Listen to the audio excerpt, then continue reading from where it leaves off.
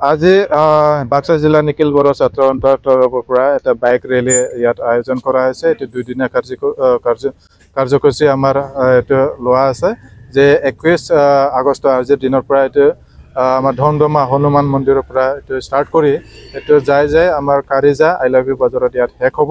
আৰু এই বাইক ৰেলীৰ মুখ্য উদ্দেশ্য হৈছে যে আমাৰ সমাজত যাতে আমি শান্তি আৰু সম্প্ৰীতি বজাই ৰাখি কেনেকৈ মানে এটা হেলথি সোসাইটি গড়ি তুলিব পাৰে তাৰ উদ্দেশ্যৰে আমি এইটো বাইক ৰেলী আয়োজন কৰিছোঁ।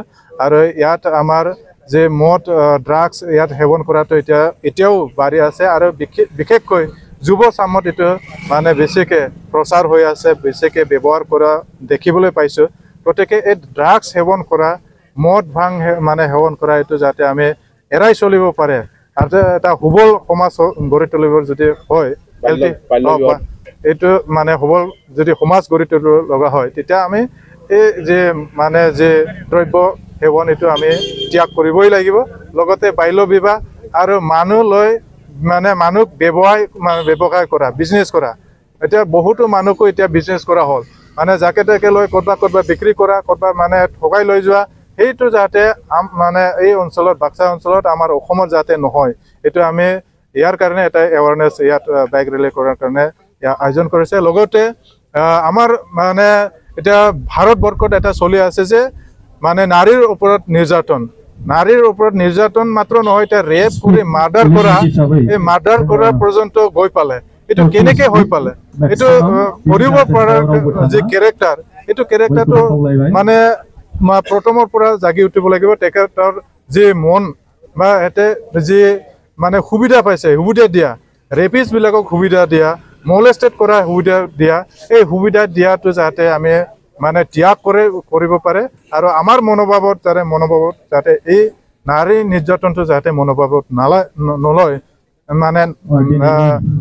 মানে আনাটো যাতে ত্যাগ কৰে ইয়াৰ কাৰণে আমি এইটো মানে বাইক ৰেলী উদযাপন মানে এইটো আয়োজন কৰিছে। লগতে আমাৰ যুৱ চামে যিখিনি বাইক মানে চলায় এইটো মানে যাতে ৰুলছ এণ্ড ৰেগুলেশ্যনত চলায় বাইক চলাই মানে কিবা কাৰণত যেনে নিজৰ লাগতীয়া কামত বাইকটো ব্যৱহাৰ কৰিবই লাগিব, কিন্তু বাইক ব্যৱহাৰ কৰি মানে নালাগা সময়তো এনে মানে যিকোনো সময়ত বাইক ব্যৱহাৰ কৰি নিজৰ জীৱনটো হত্যা কৰি লোৱা বা এক্সিডেণ্ট হৈ মৃত্যু হৈ যোৱাটো আমি বিচৰা নাই।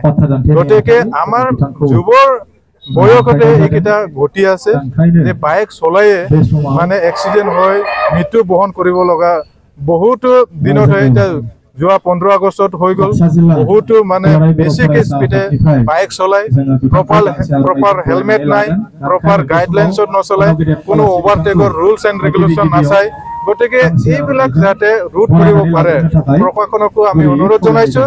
আৰু লগতে আমি ইয়াৰ কাৰণে এটা এৱাৰনেছ কৰাৰ কাৰণে এইটো বাইক ৰেলীটো আয়োজন কৰিছোঁ। আৰু যোৱা মানে দিনত 20 তাৰিখে আমাৰ দমদমা অঞ্চলতে হৈ গ'ল যে এটা মলেষ্টেড কেছ হৈ গৈছে। এই কেছটো আমাৰ মিডিয়াত ইমান প্ৰচাৰ হোৱা নাই, কিন্তু সৰু মলেষ্টেড এজন ছাত্ৰ ছাত্ৰী মাইনৰ মানে বয়সত কেতিয়াবা হৈ যায়, কিন্তু এই মাইনৰ বয়সত মলেষ্টেড হোৱাটো যাতে কোনো কাৰণত আমি সুযোগ যাতে নিদিয়ে, তাক যাতে সমৰ্থন নকৰে।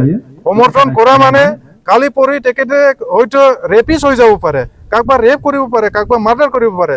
গতিকে সৰু এইবিলাক কেছক আমি অলপ গুৰুত্ব সহকাৰে আমি ল'ব লাগিব, যাৰ দ্বাৰা আমি এইটো ৰোধ কৰিব পৰা যায়।